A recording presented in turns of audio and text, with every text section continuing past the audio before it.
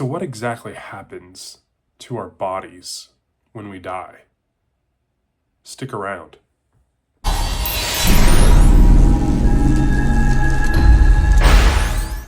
Good morning. Happy Thursday. Welcome back to Kevin Toll Reads. And I am Kevin, and you are you. And we are here to talk about a book review.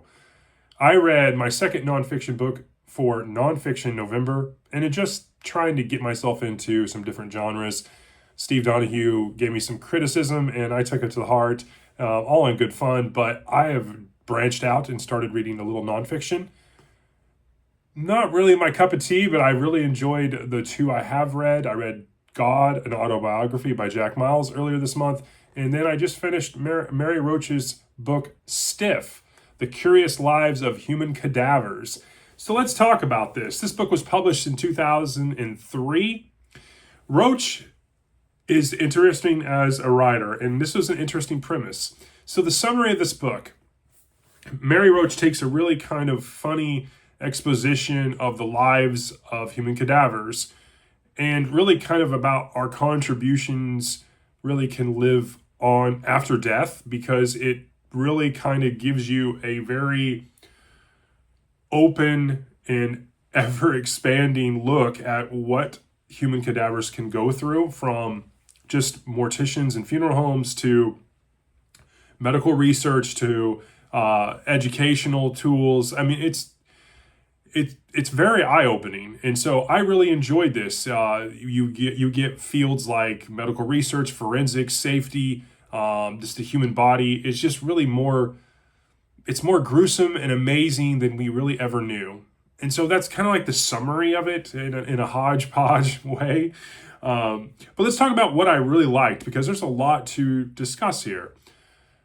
Roach's funny take on this dark subject is very well done, and I'm glad it was done that way, because this would be a very different read if it didn't have some of those quirky, little one-off zings and kind of just make playful fun at some of the subject matter, and it really is needed.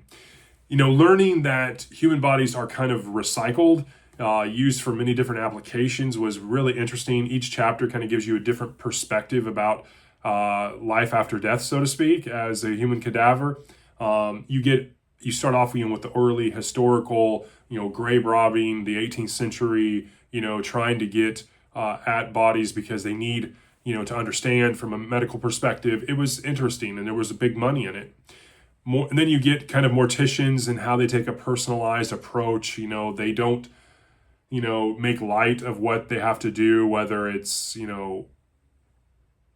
kind of personalize it. The vernacular they use is really interesting. They don't really talk about, the more hard-boiled words. They kind of soften them a little bit to continue to kind of give perspective to what they do, and it's really kind of endearing into a way. And then you have medical research and education, tests, for surgeons, medical devices, medical schools.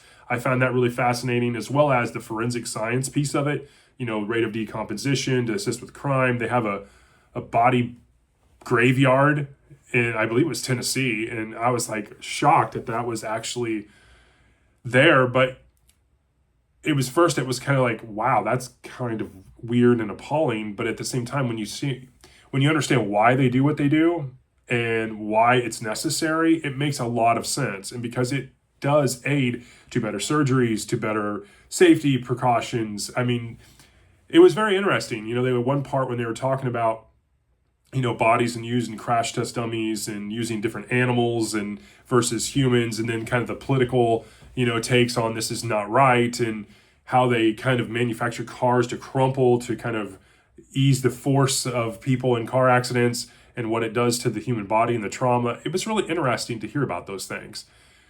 I really liked, the body donation, burial practices of all the different cultures. I thought was really interesting. And yeah, there's a lot to unpack here. I mean, and again, she does it very soft-handed. It gets a little dry at times. That's one of my dislikes. But other than that, I really liked a lot about this book. There were some really funny excerpts as well. One of them was, if you were in France in the 1600s, you might drink blood, but in powdered form because gulping was considered uncouth. I thought that was pretty funny. And another one was, cadavers are the silent MVPs of science. They don't complain, they don't sue, and they don't need coffee breaks. That was really funny, at least to me. But who would like this book? I think any nonfiction lover would enjoy this. I know folks who want to know more about the passing of what happens to a body after death. I think that would be interesting. Obviously, medical professionals would probably get a kick out of this and some insights as well. I know Dr. Logan at Novel Insights was messaging me and said, this was something that was either required or recommended reading for him through his schooling. And I thought that was really interesting, as I was partaking in reading this. In terms of rating, I gave this a 4.3. I thought it was really good. I really enjoyed it. Again, these are this book and the other nonfiction book, God, an Autobiography, were two books recommended by Steve Donahue in kind of his nonfiction starter pack video that I kind of stumbled across. And I thought he knocked it out of the park with these picks. These are really, really good books. Overall impressions, it's a fun nonfiction book on a very dark subject. Roach combines, the scientific facts with the humor, playful narrative. I thought it was really well done.